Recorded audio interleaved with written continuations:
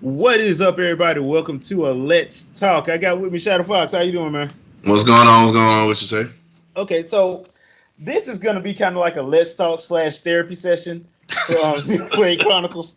Um, for the Xenoblade Chronicles series, Xenoblade Chronicles Definitive Edition is out on the Switch. If you are a fan of the series, I highly suggest you check that out. It's a great game. Uh, Live streaming, I did live stream it, so it is up on the channel. So if you want to check that out, it's the first hour. And you can also check out the first hour of Future Connected as well. I'll probably do a couple more gameplays of that, but that's neither here nor there. What we're going to talk about is, well, first we're going to start on Xenoblade Chronicles 2 because y'all, you, Monolith, y'all not funny. Monolith, y'all are not funny. It's been, when that game came out, 2017? Yes, 2017. It's been Game of the year. it's been 3 damn years. And y'all can't give me Cosmos. It's been 3 years. Same. Still It's no Cosmos. 3 years. I don't know how many legendary crystals I done went through. Yep. It ain't funny.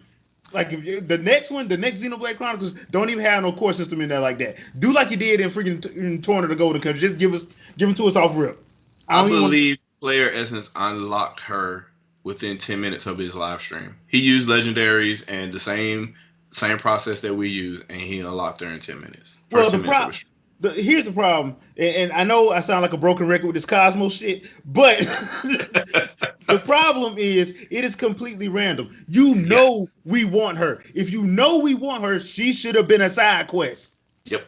She should have been Practicing Theory was a side quest, and I don't even use them. Less than 1%. Yes. Of your random draw. 3 years, 2 playthroughs. I'm about to start my 3rd playthrough. Yes. Yes. That being said,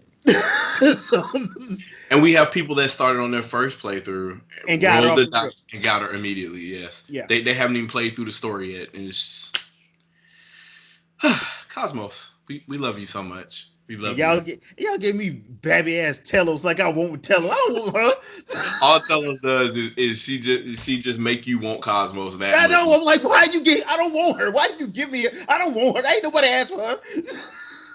Now Telos is good because she's a dark and she's the strongest dark there is. But and the instant kills are great.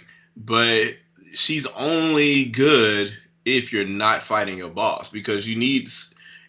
Her best advantage is clearing mobs because you can clear mobs in one hit. But she is almost of no use if you're fighting any of the in-game bosses or any of the bonus DLC bosses. So or the super bosses or anything like that. You ain't fighting no super boss with her. I would only use her to seal reinforcements. I wouldn't do anything else with her. But that's not why we're here today. We're just here to just chat it up about the Xenoblade series. And the reason why the no pawns are off the chain and are the best characters in all of RPGs. They are great. And they're the only creatures apparently that are aware of all of these universes connecting. I don't. I mean, they're the Sid of the series. Every no pawn that they have in this series, even the one on Xenoblade Chronicles X Tatsu, you're like, dude, okay, first of all of y'all are capitalists. Yes. Hedge fund managers. Yes. Can we profit? Yes, that's basically what it is. And half of you are scheming and conniving and will cheat people and then pretend like y'all ain't doing nothing by talking innocent. Also for profit. Also for profit. So it's like, but I will say this. I know people love Ricky in Xenoblade Chronicles. I'm sorry. Tora takes the cake. Yes. Tora is great. Tora and his granddaddy have emotional issues. Very bad emotional issues. So it's those games. So you got Tora. Well, Tatsu had issues as well. But his wasn't that bad. Yeah. His wasn't that bad. Like his was Lynn always messing with him. Yep. So what we eating tonight? Yeah. But Tatsu was like, hey, these games might be connected in some way. Yeah. Wink, fourth wall. I'm like, bro. And like, why do this? And then Monolith is like, let's zoom in the camera to make it worse. Like, why? Yeah. Why do that? And of course, Tora has his own fetishes. His fetishes. Poor Poppy. Well, Poppy be dissing him right. Poppy straight up talking trash. Yep. To him. And the more advanced her forms got, the more snarky she got. Yeah. Which I once again I find that to be awesome and funny that he made his own. I think blade. They like that anyway. So yeah, he made his own blade and damn near one of those. I actually like having Tor in my party a lot because even though like certain bosses actually pretty much because he gets aggro too much, but he can put people straight up down. He can put people down, and he's probably one of the best characters to solo with because he can tank and topple lock, and so some of the bosses, the optional bosses in the game, like there's this I forget the name. It's one of the soldiers. He's like a level 99 or whatever. He's sitting at the top of this little tower, and you go up there and you fight him. And one of two things will happen. Either he will gain rage, and when he gains rage, he has 2 attacks that cause an area of effect burn. Or he has this super kick that launches you, and since you're on a balcony, chances are you will fall to your death or what have you. So my issue with him is he's hell for a party. So fighting him, typically you almost have to solo him. I've been able to beat him a couple of times with my entire party, and it all involved overdrive plus Numa being super crunk. So when she's in her transformed mode or what have you. So it requires all of that to basically absorb all of his damage and then inflict as much damage as possible in a short amount of time as possible, because once the counter is at max for overdrive, all your stats increase and all your area of effect attacks increase, all your area of effect health healing increases as well. So just like X did. So you're basically taking the benefits of X plus team attack plus Numa all in one go, and that's enough to take him down. But it shouldn't even be like that. But that dude has counter as well. So he'll either grant spike damage, or it'll be an automatic counter that hits you and either knocks you back, or it'll do.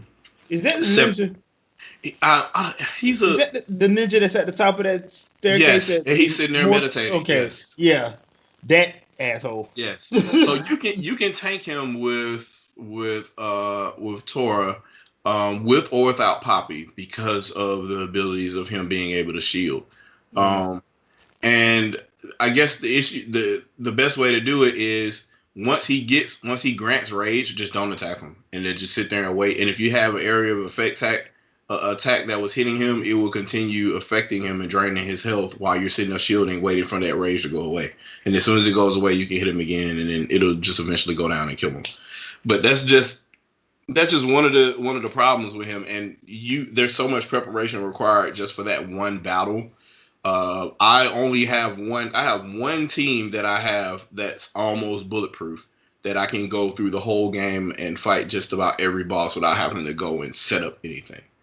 And that's the current team that I have right now, and it consists of the overdrive, the overclock team. It's the overclock team and the seal reinforcements team. So I have those characters with those 3 or 4 blades or what have you. And I just start stacking abilities, unfortunately, and gaining orbs and destroying them. Other than that, like, you're gonna have to build a different team, especially early on. If you're not level 50, running up on anything in this game, get used to switching your team around a lot. Get used to switching blades a lot, because if not, your first playthrough, you're gonna have to. Yeah. I'd say either your first playthrough and a half, because some of the stuff that you get in your second playthrough, you're not able to get in your first playthrough. Yep. You're just not able to get it. until you play it that second time. So you're not even getting a lot of the chips and stuff. And let's not even get started about the freaking daggum super bosses. Yep. You go And to it's some stuff you can Tipperantia. miss. So Yeah, you go to Tipperantia. It's nothing to walk into four 90 plus level Tyrannosaurus Rexes. yep. And they're all like, "Ooh, you're level 1." Yeah. So, I mean, that's one of the things I will say about the series as a whole. I do like and hate the fact that like you can just walk into a super boss by accident. I mean, the first time I played Xenoblade Chronicles on the Wii, I walked into that giant monkey Yes. and he stepped on me. I think we talked about that on the podcast before. He stepped on me and killed me, and I dedicated my entire playthrough to getting stronger to come back and straight whoop his candy ass. That's the whole point, and I think X does that better because you get to fly and all that too. Yeah. So like as soon as you get, I guess as soon as you get a scale, period, without you even flying, just the fact that you're in a scale and things that took you like a 10-minute fight when you were like level 10 before, you could just run over them. Yeah. And it's like one shot from your cannon and you're done. Like, especially depending on which scale you chose, bruh. Yep. I get the medium scale, and I would like, okay, I'll put that the Buster cannon on there with the Buster sword. You ain't living through that. You ain't living through that. Like the Ares 70 cannon, and I got several Ares 90s now, but the Ares 70 cannon, it one shots like super bosses, and Ares 90 obviously does the higher super bosses and whatnot that you fly around to go find. Ares 90 is for Telethia. Yeah, pretty much. That's who that was for. That was not for anybody. I never beat Telethia, by the way. I never beat him. So Telethia is a slog.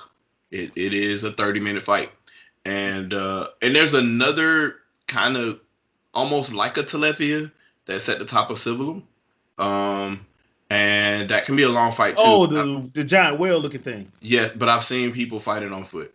So and people have beaten Telethia on foot too. How? Because they will go at their scale to lure Telethia from the top of the nest, and then they jump down into the water. And they would do area effect attacks with the scale, then jump out of the scale and start overdrive. And then all your area effect attacks still go in overdrive. So you get to lure the Telethia back down to you. And I ain't doing that. Yeah. I ain't doing that. So, yeah. But I think that's one of the things, like, look, I like Xenoblade Chronicles X, and I would love to see it come back. But the problem is, that game was built for the Wii U. It was not built for the Switch. Yep. I will not play that game, and I had to keep going back and forth between the map. I'm not doing that. I get tired of that mess now doing it on Switch. I get so tired of having to hit plus when I'm so used to like just looking to the side. They'll have to make a sequel. Instead of Xenoblade Chronicles X, they'll just make a sequel to X. Yeah. And it will either need a companion app or that entire Moranium thing. They will have to get rid of it. And then there'll just be another way for you to open up the map. Because otherwise it's not feasible without two screens. I know a lot of people will say, "Oh, well, you can just flip back and forth." This ain't Splatoon, dog. No. This is not Splatoon. And I don't like doing that on Splatoon. Yeah. People that play that game like that don't really like doing that. It's so while it's a little bit easier to kind of if you're holding the gamepad, you can kind of tilt look to help adjust where you want to go with the cursor on the map, so you can get there a little bit quicker. It's still not the same as actually pressing where you need to go. Yeah. So in Xenoblade, it's like, dude, you have the entire world. Pick where you want to go. No matter where you are, you could warp there, and that's a thing you could do while you're walking and looking around, or you can see other things by looking at the map and looking concurrently at the screen at the same time, and you can see where you need to go. Like, I'll look and I say, "Hey, look, I haven't opened this area yet. I think one of the towers should be here." And you're looking at the map in your hand, and you're looking at the screen, and you're like, "Oh yeah, there. I should go there." And that's just, you can't get that flipping through subscreen. Well, because this is how I used to play Xenoblade Chronicles X. I would take my gamepad, put it on the little stand I have. Stand, I yep. put my Pro Controller and I would work it like it's a side console. Yep. Like, okay, I need to go there, there, and there, and then I'm back like this. So that's how I would play. I would not play with the gamepad. I'd have the gamepad set up just so I could look at the map. I That's the play only thing dual that's going. screen like that the majority of the time, especially in battles, unless I'm farming Moranium. When I'm farming Moranium, then I'll switch and I'll be playing with the gamepad because I'll be going back and forth like trying to farm Moranium for stuff or unlock it, going to a certain area to farm Moranium. I would do that kind of stuff. Just playing on the gamepad and the TV screen. But when I'm normally just battling, like if I was playing online or just doing whatever with other people, I always want to see that map or my option screen or whatever. So I play with the Pro Controller. Yeah, I mean, because the majority of the games on the Wii U, one of the things that I liked about the Wii U was the fact that you didn't have to. People kept acting like you had to play with the game. No, you didn't.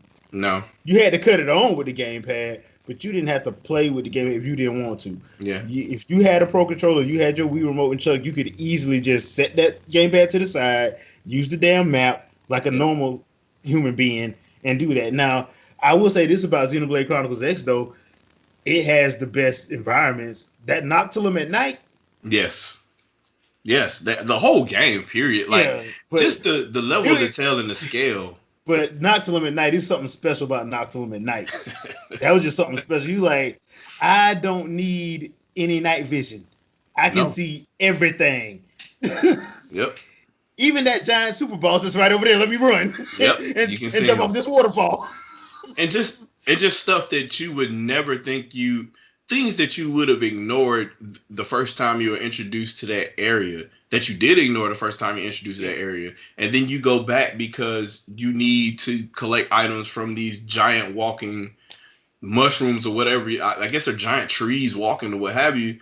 Sleuths, I think that's what they're called. And like that entire area, you wouldn't even know that was there. It was atop the waterfall, and there's like cliffs to the east of the waterfall, and in those cliffs, hidden in between those cliffs, all the way in the back of these giant walking trees. You walk across one to go across the waterfall on your first time through there, but he's just kind of laying there, and if you go fuck with him, then he'll kill you. But like that was chapter 8 or 9, I think it was, when you finally had to do that. Yeah. Because I didn't notice that either. I was just like, what the hell? Because I jumped right in my scale, like, one of us gonna meet, I'll make it today. We going to glory today. Yep. and then just later on that day, you could find a family of them, like, because their whole species lives atop of that mountain. And then you go up there and it's a whole species of them up there, and you can kill them all on foot. That's just like that kind of level of we introduce you to this. It seems extremely hard as we're introducing this to you, but you would never believe how strong you're going to be later on in this game. The things that you feared, like in the first 10 minutes of this game, will be nothing to you within an hour. And the same is definitely true, within, after like 40 hours or what have you. So that's just man, after you fight old boy, the Lion King, as I call him, the Prince. Yeah. After you fight him, every fight in that game is easy. Yeah, because that was like, and that was the first time you were truly disadvantaged, because you're just like, I got to fight this guy, and he's like, yeah, part 2, now fight my scale. Oh, your scale? Yeah, no, don't worry about that. You won't get a chance to use that. So yeah, deal with it. I was sitting there like, okay, I'm like, I won. Yes. Nope. What is that? Yep. Why is he getting? Why did he raise his crap? Yep. And you're trapped, and you're like, scales disabled. Okay, this ain't fun no more. So, yeah.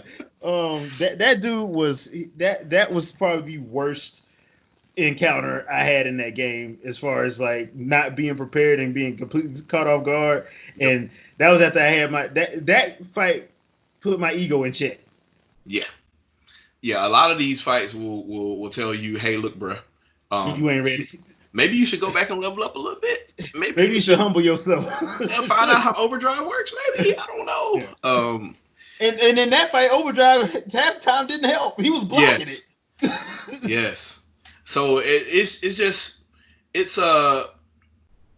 it's a tale of trial and error, but once you know what you know, it's hard. Like you don't even want to.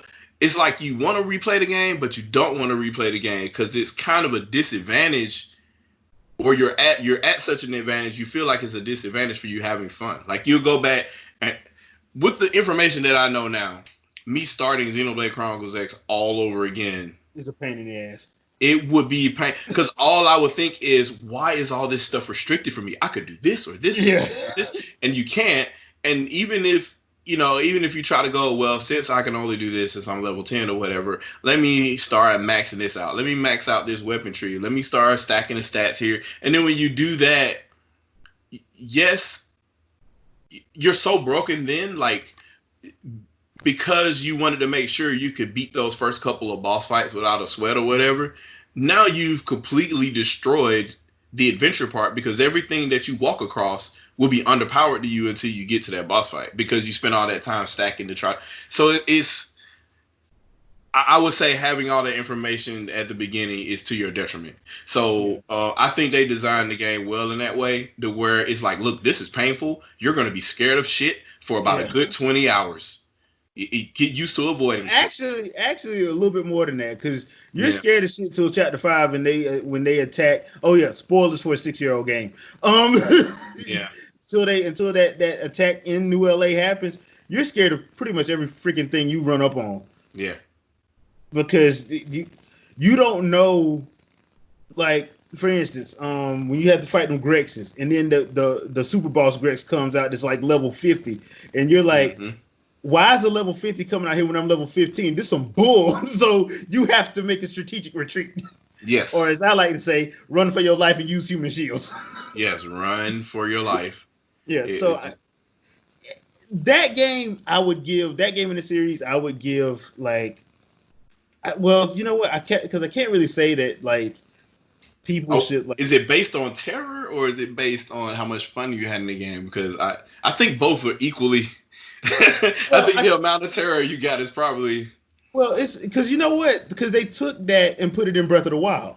Yeah, they damn sure did. Like, when you play Breath of the Wild, them first 10, 20 hours, if you hear that piano, you hear the start of that piano, you take out, because you know a guardian behind you, a guardian stalker behind you. If you just walking along, minding your own business, whistling, and then all of a sudden the ground beneath you just decides to get up. Yep. And here comes the guardian. Yeah. Or my personal favorite, you walking into that Coliseum and you see this big mentor looking, this big centaur looking dude that's clearly on steroids. Yep. And but once you get it down, especially after you get that master sword, man, I love running into a Lionel. Man. Oh, I need to go on a weapon run. Where me a Lionel at? Oh, you're a white Lionel. Okay, this will be fun. Like that means anything to me now. Yeah, exactly. Exactly. Oh, you a gold Lionel? Oh, I'm supposed to be scared of that, huh? They're like, let me shield surf off the top of your head. That'll be fun. Yeah. Let's try that. Let's make this extra challenging. And some people, I still see people putting up vids to this day of crazy stuff they find, and with that battle mechanic where they can do ridiculous stuff that I ain't even thought about trying. So all they did was they let people know that the physics were based on Havoc, number one. Yeah. And they showed you not one, not two, but 3 menus that you could toggle using button modifiers and the analog sticks that freeze time. Gee, don't let us play with that. Let's not combine all that together. That's probably not good. Or, and then you have weapons like you have the time, what's the name of the I can't think of the name of it. There's one that freezes you, the cryo stasis. One. There's cryo stasis. Yeah. So you can freeze time by going through the menus. You could use stasis on objects that you can project. And you can freeze time going through menus while you're hitting and increasing whatever projectile damage that you have in stasis. Like, yeah, you can kill everything in one hit. Yeah, basically. And I I bet Sony is kicking themselves about not making Monolith Soft their second party. I mean, so the whole thing is, They had Xenogears, dude. but a lot of people left. They left Square, um, and they did not. And this was back when Sony had. They were in Japan, Yeah. and a lot of the studios were leaving, but Sony was firing their own internal studios, like Unjammer Lammy, all those franchises. They partnered with Takara, got rid of Takara, like all the PS1 and PS2 early games started disappearing. And where else did these Japanese studios have to go but Nintendo? I mean, either be a second party with Nintendo or Sega first wasn't party. there. Yeah, Sega so had already they had stopped, so you so couldn't really go to Sega. 3 studios: Brownie Brown, Camelot, and Monolith. Yeah, Nintendo's working with all 3 of them. yeah. So I'm sitting there looking. I'm like, yeah, y'all, yeah, okay. But I had to give Monolith credit. Monolith Soft credit. They know how to work the magic of the system that they are presented with. Yes. Because the stuff they did on Xenoblade Chronicles X with the Wii U, can't no American. I'm gonna be honest. Can't no studio in the West do that. No. They can't. No. They can't. All they did was complain about it and said the CPU Yeah. was too slow. And that's why I was like, when all these anonymous senior engineer at EA and at Activision was saying all this stuff, I'm like, put a name to it, because Kamiya at freaking Platinum said it's easy to work on. Yeah. Hazashi at freaking Monolith Soft said it's easy to work on. Why are y'all anonymously saying it's hard to work on? Well, Bob Summerwell, who has never done a Nintendo project, period, in the last 20 years or so, he was the lead network engineer for NHL. So therefore, he can say whether or not the CPU is weak. Yeah. He can do that. Yeah. But that's what I never understood. And like Xenoblade Chronicles 2, and Xenoblade Chronicles 2 in and of itself, it had some issues at first. Like there was some lip syncing issues first first couple of days. Some updates, bad lip syncing issues. Like you really had to turn it back on Japanese just so it won't be that bad. But I was sitting up there. I was like, you know what? They did that because they had to get it out, and I understand that. I understand that. I think they intended for it to be a launch game originally, and it just didn't. The stuff wasn't working like they wanted to. So I think that was a Treehouse issue rather than a Monolith issue, though. I think that was more of like localization. It's got to be localized. Because that thing was freaking. That game's huge as far as like the dialogue, the side quests. Oh man, there's so many. I ain't even done half of them. I'm like, I'm tired. So I haven't done all of them. And I want to do Cosmoses, but reasons. But yeah, I did like that.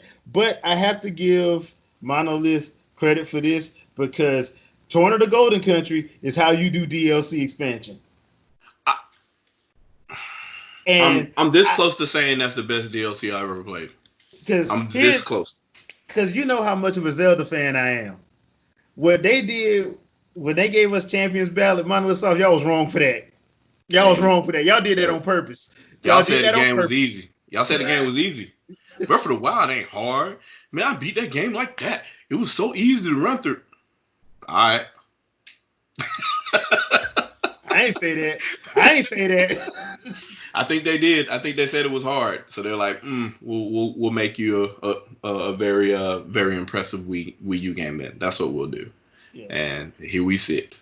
And then we got Torn of the Golden Country, and I'm sitting there looking at Torn of the Golden Country. I know people love Rex and Pyra and Mithra, but Laura and Jen are the shit. Yes, they are. I'm like, yes, Laura and Jen. I'm like, dude, I don't care nothing about Rex and Pyra. I like Laura and Jen. Now, Mithra sold the game for me. Towards the end, her moves and stuff, her moveset started opening up a lot more, and you definitely need her for the late end game. Baby Telethia, that's in the game. Spoiler. Yeah. Spoiler for a 3-year-old game. Yeah, so you need that, and then but the ending to me was like I've already said this enough, and Scott Bennett's like, thanks so much for your congratulations and stuff, and I'm like, but you did a fucking good job. Damn, you sold this character. Look, the end of Torn the Golden Country will have you jacked up, because as much anime, movies, and TV I have watched, and books I have read, I was like, okay, I know what's finna happen. No, I didn't. I was not expecting that to go down the way when it goes down. You're like, okay, I didn't see that coming. Okay, I didn't see that coming. Oh, that's why she got mad. Yep. Oh, ooh, and that's why she did what she did. Okay, that would scar anybody. So when you hate the world so much, you create a lovable persona. Yeah. That speaks all kinds of, and you know how that touches on probably some religious things as well. Those kind of overtones where they just kind of look at what people do. Can't they just stop doing that? And they don't. And Mithra's like, I don't have that much faith anymore. And that's the take. And I'm just like, that hit home for me. And I was like, that's just because if she stays around, Laura doesn't die. True. This is true. But it's never about it immediately became not about who she was immediately around. It was about everyone at that point. Yeah. So once and being able to see into the future also kind of helps. And but that she didn't want to turn into Mallows, which was what was finna happen. That was exactly what was about to happen. So which is what he wanted anyway. Yeah. Which was weird in and of itself. But like I said, the only thing I didn't like about Torn the Golden Country was the fact that community thing they made you do. I think that was just padding. Yeah, and I don't like padding. But that padding had a purpose though, because the whole point was to set you up for that ending. Yeah, for that ending. So you started to care not just about, that one situation that causes the trauma, if you will. Yeah. It's about all the relationships you have with everyone by doing all those side quests. Or the dominoes that fall because of that one. Yes. It's like one after another. You're like, okay, that's why she went crazy. Yes. Okay. and to see some of the sniveling, that was some of the other stuff too. And I'm like, these people need to be accountable for the bad shit that they've done. Yeah. And you see how good people are still holding the L's for people being selfish. And it's so frustrating. And you start to immediately equate yourself with her, because you're starting to understand like so being good doesn't matter at all. Like that's kind of what it ends up coming down to. And she just threw up the ultimate fuck it. Yeah. I mean, because at the end of the day, and the other thing too is the whole thing with Amalthus. I don't think they ever did a good job with Amalthus being the villain. Mm-hmm. Once again, spoilers for a 3-year-old game, but I don't think they did a good job with him being a villain, because I didn't care. Well, I don't think his fleshing out mattered as much, because he was never in control. Malice was in control the entire time. Yeah. So he just influenced him because he just didn't. After he lost his mama, he just didn't care no more. Yeah. So I get that, but for him to be like the I'm like, dude, no, you're not. You're just a whiny little. Yep. In the words of the People's Champ, The Rock. So. Yep. I mean, it was just one of those okay, this dude is all right. Everything ended up escalating well beyond him anyway, real quick. So it didn't even really I saw what they were trying to do, and I was like, yeah, but I know who Malos is. This is not gonna go well. Yeah, this ain't gonna go the way you think. So yeah. other than that, so I know they're working on another one. We They just have don't to. know. We don't know which one it is. Now they already said that because it was like they had three teams working. One was working on Torna, one was working on Future Connected and the Definitive And Edition, and the definitive other edition. one was working on the new game. And Mhm. all of them now are back working on the new game. So But the new game is the action RPG, though, I think. And I think it's a female lead, if I'm not mistaken, from the picture that they teased a while back. I don't. We probably have to screenshot that at some point or add it to this video later. But yeah, I think that's what they're working on, unless that's their side project that Monolith is doing on their own that they're going to plan to publish. But I'm pretty sure they still have something working with Nintendo also. we Um, know it's two games. We know one of them is Xenoblade. We just don't mhm. know if it's the sequel to X or if it's three. We don't know, and it's supposed to be something else. Now I don't know what that one is because I Yeah, just know it was two. And I know that when they did the developer interview for Definitive Edition, that's when he said like, yeah, we've had three teams working on this. We had a smaller team working on the new Xenoblade game, and now all the teams are back working on the Xenoblade game because they're like, we should be able to go through and finish it rather quickly. So I'm like, okay, so yeah. yeah, that works for me. I mean, It if that's how they did it. it seems to me that if you do a direct sequel like Xenoblade Chronicles 3, Mhm. that that kind of contradicts the other stuff they've been throwing out though, because Yeah, they've mentioned how much they wanted to flesh out. Because there's obviously parts of Xenoblade Chronicles X they wanted to do, i.e., yeah, underwater and the rest of the planet, yeah, that kind of yeah. stuff. I remember that. Um, and then But they'll have they, to change it fundamentally though. So I don't know yes, how. And just due to the fact that he said that they should be able to wrap that one up rather quickly since the whole team is back working on one game now. I yes, I don't I don't. It may be X too. I don't know. It may be Xenoblade. It may be a sequel to X. I don't know. or I don't know. there was another teaser this week, where in an interview they teased the artwork for Definitive Edition, Xenoblade Chronicles Definitive Edition, and saying it was based on their love of wanting to do a sequel for Xenogears.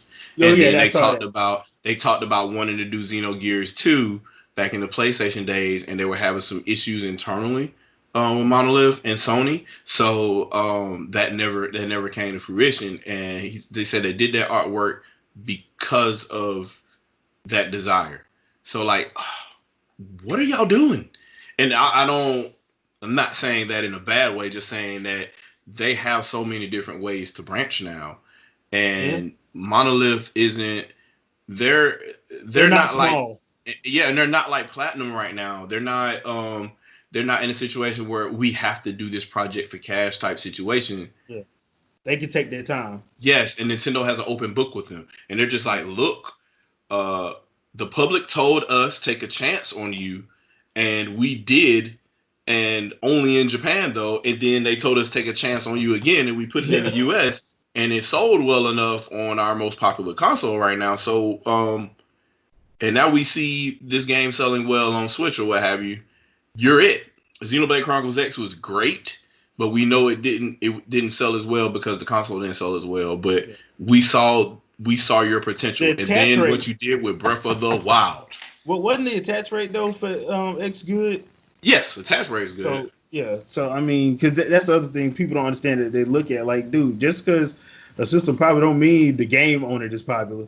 Yeah, I'm trying to see now. I'm pretty sure. It's sold, if not close to a million, maybe a little bit more.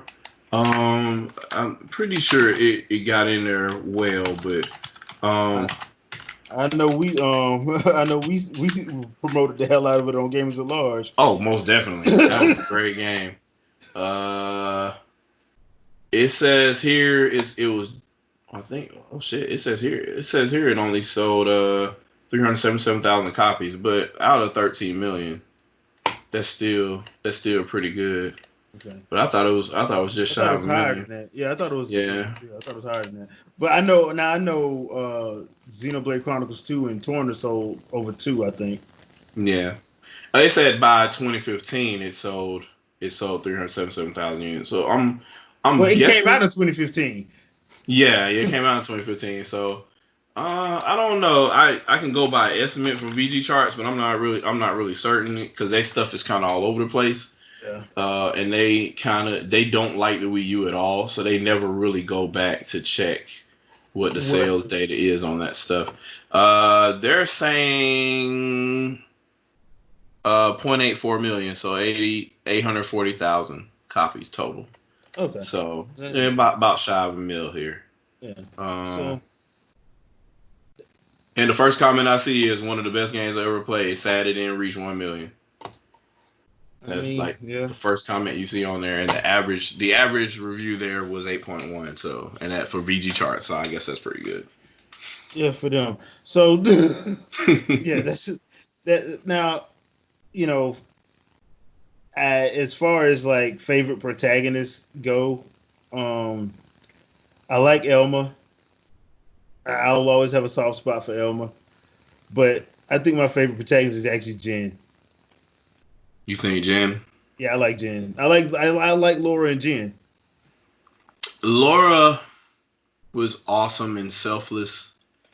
Um, and everybody likes Shulk. Some people like Ryan. Um, Who the hell and like Ryan, man? Ryan gets on my I damn Ryan nerves. time. And then but a lot of people liked what's the other guy's Melia. name too? No, the fencer. What is his name? Fiora's brother. Oh, Dunban. Yeah, Dunban. Everybody liked Dunban as a character, but he wasn't as fleshed out of a character in the series, but he's clearly standing over you at the end of Xenoblade Chronicles X, spoilers. But Yeah, clearly. Yeah, clearly. so it's just interesting. My take out of those three games is probably still going to be Numa, and those that CPU spoilers um has full awareness of what it is, uh, has compassion for all the different forms that it's supposed to interpret, and maximizes on all of that. It's like I'm a nuclear weapon with emotion. And Basically, yeah. I can say, hey, look, this is where I think humanity needs to go. And I'm going to help this guy, even though I don't even need to help him. I could just manipulate and control him myself if I wanted to, and just have him do But my will. but But she kind of has a thing for yes, so him. there's emotions. It's Yeah. crazy. It's crazy, and it's because of probably genetics. I'm guessing at this point from Torna. So there's a little bit of lingering memory there that she has, and I'm guessing that's the hope. Like they even made the eye color the same. Yeah. So it's like she believes in that promise, and that promise comes from uh, the creator of the program. So and that's going to go all the way back to some Xenosaga and Xenogears shit. Yeah. But I think that she's more in tune with I can't think of his name. What was his actual real name? The scientist's name. But anyway, I can't remember his name either. Yeah. Klaus. But she's more in tune to him and what his intentions were than anybody else in any of the series. Cause I mean, obviously, just about everybody at X is unaware. Yeah. Um, They maybe have no Elma idea. knows. Maybe the character at the beginning of the game that they talk about knows because he has a Vita class scale too, and nobody ever talks about who that person was. Um, but apparently he helped, so he couldn't have been the person that you fought at the end of the game. No. Um, so whoever that person was, And he's not. He didn't fall on Mirror. So yes, he did not fall on Mirror. So whoever that person might be might actually know, but otherwise nobody else other than the planet may know what's going on, as far as that goes. And then in Xenoblade, Shulk knows. He doesn't really seem to give a fuck. All he cares about is rebuilding his dimension in the image that he remembered. So it's kind of like until Xenoblade Chronicles 2 DLC, where everybody comes in and they're like, "Hey, what the fuck's going on?" Nobody else has really been aware, other than except the Nopons. Yeah, and the Nopons. And the Nopons, but the Nopons aren't trying to do anything but profit. But Numa is like, okay, let's not destroy the Trinity here, and let's keep what we got going on over here until and hope nobody else tries to rewrite the program and restart everything, because all life will end, basically. Exactly, and we need this, even though it's just even though it's just a simulation, it's our simulation. Let's not fuck it up. So that's kind of where, and I don't know where they're going. I'm thinking that X2 has to be where they go from here, because you get the story wise. Yeah, you get the information, like it starts opening up more, and 2 is just like, if you don't play no DLC, you come away from 2 like, we know what the fuck Xenoblade Chronicles 1 was. Like, everything that happens at the end of that game, they talk about it. Klaus is like, hey, here's the ending of Xenoblade Chronicles 1. Hey, see? And go from there. And then in the DLC, they're just like, here's this character that you probably never played with. On the console, you probably never played. And they brought her in, and she's like, whoa. And everything that she talks about towards the end of the game, she starts referencing as you unlock her as a character, or even when you first start battling her. So so she thinks it's a simulation. Yes, she thinks it's a simulation. So she kind of understands, because she's just coming to grips with the information that she got at the end of the game. Yeah. So to her, not only is she thinking that she just walked into a simulation, she's thinking everything in her real world is a simulation. So she's starting to equate everything in Xenoblade Chronicles X terms. She's just like, oh, that's this X-class walker over here, or this genus over here, and start talking about different things. And more is said. I spoiled it myself, and I shouldn't have, but I wanted to know, since it's been taking me 3 years to unlock Cosmos, how do I get to do? Because you have to have Cosmos to unlock everything. All the rest of the side stories for Elma. Yeah, she has, like, because Cosmos herself has, like, what is it, 10 or 15 side quests? Yes.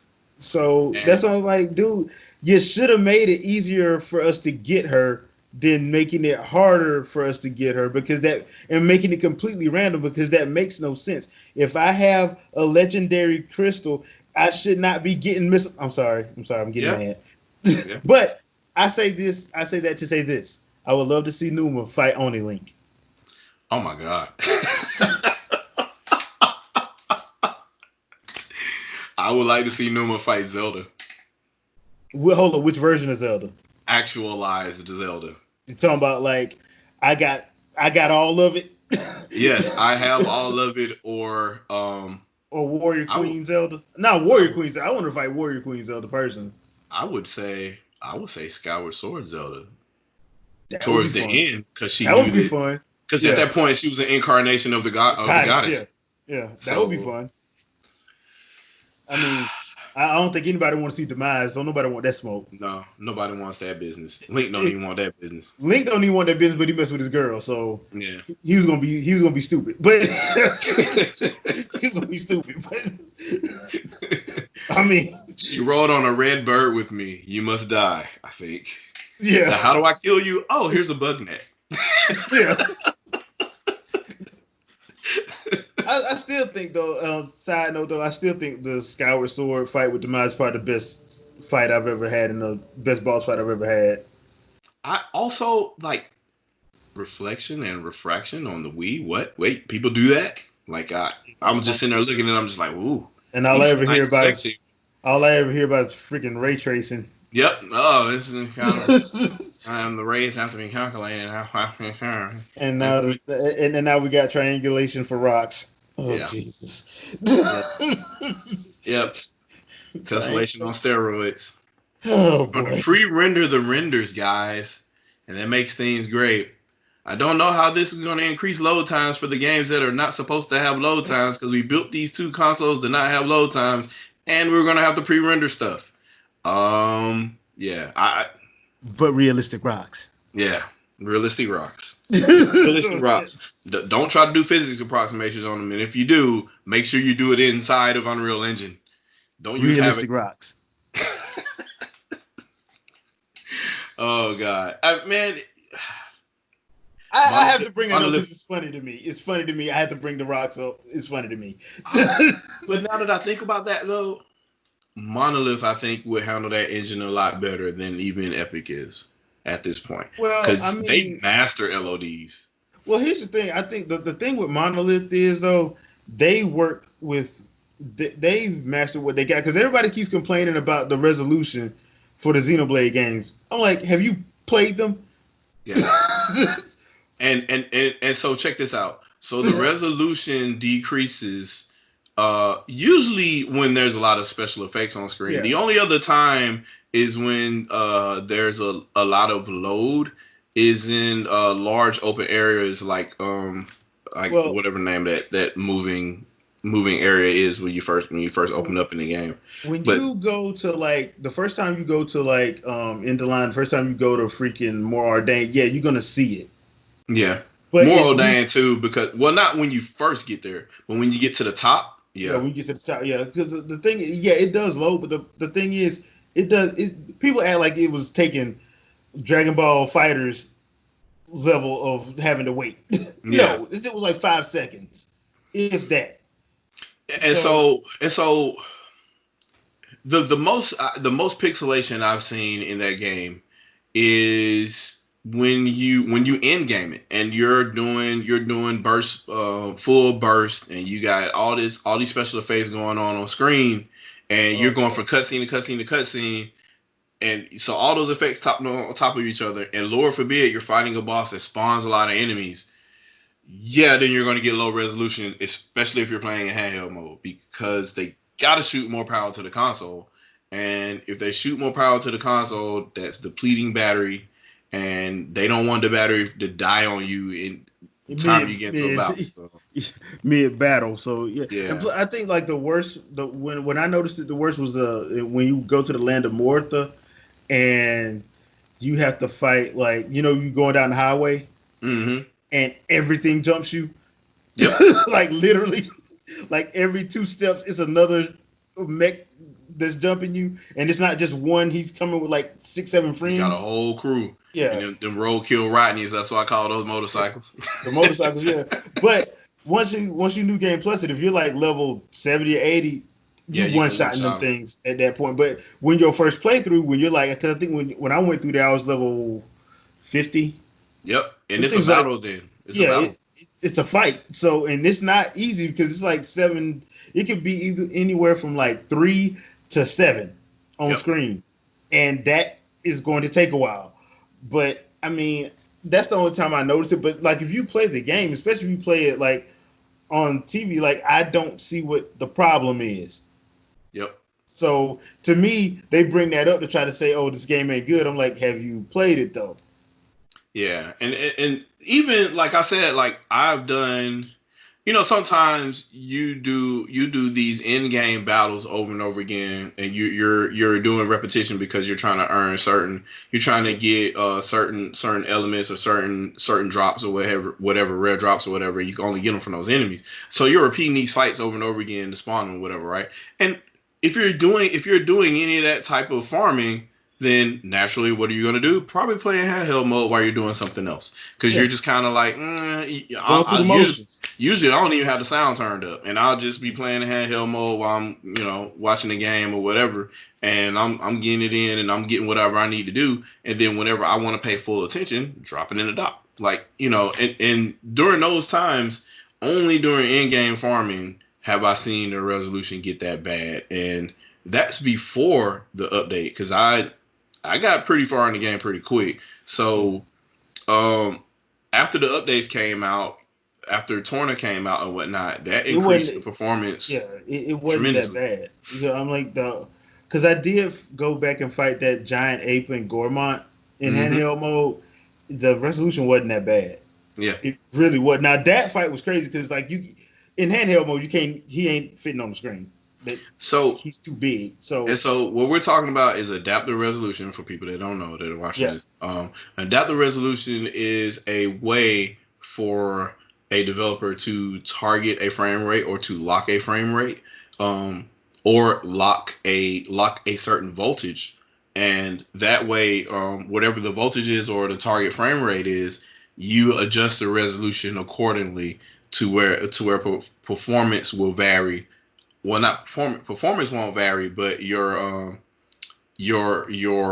quality will vary based on the desired performance. So if there will be a constant, and unfortunately this is a CPU draining tactic as well, because the CPU constantly has to monitor what the performance is, and once it gets back that table of what your performance level is, it adjusts accordingly by increasing or reducing resolution based on, hey, a projected frame rate hit. So if you project that, hey, the frame rate is probably going to dip about 12 frames here, then it will adjust the resolution to adjust for that. So you can still keep 30 frames, and you just have, for those couple of seconds or so, you end up getting, like 240p or 320p or whatever on the handheld screen.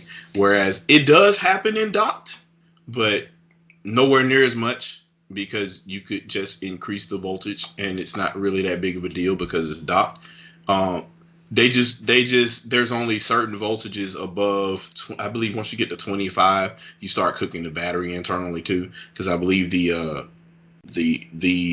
voltage, the DC voltage coming from the battery is still a pass through.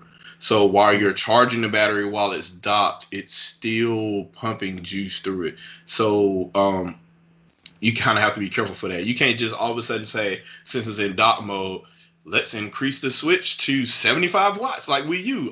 No, it's not. nah, yeah, that's not gonna happen. That's how you get a smoking console. Also, it warps when it gets to a certain heat as well, so they're trying to avoid that kind of stuff. So I I would say, I don't even know why you're complaining. Like, and I mentioned this on Twitter as well. I'm like, but they're fighting games, and there's other games that use adaptive resolution all the time on PS4 and Xbox One, and nobody says not a fucking thing.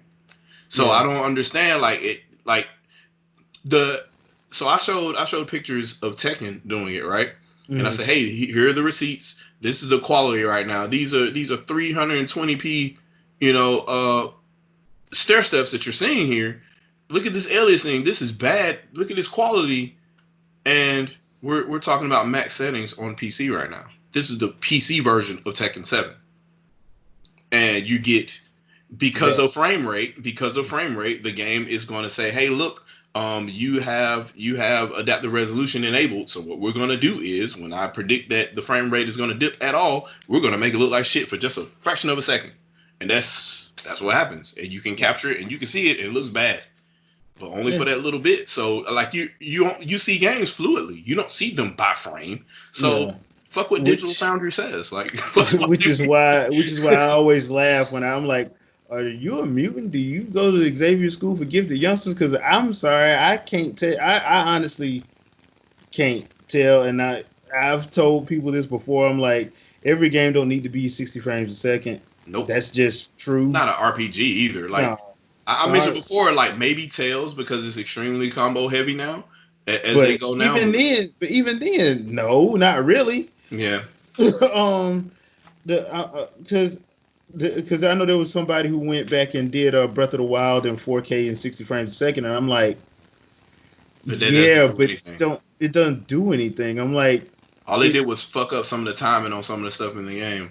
yeah. So I'm like, dude, it's everything don't need six now. Stuff that does need 60 frames a second, fighting Shooters. games, shooters, sports games, racing games. Yeah, that okay. Yeah, I'll give you that.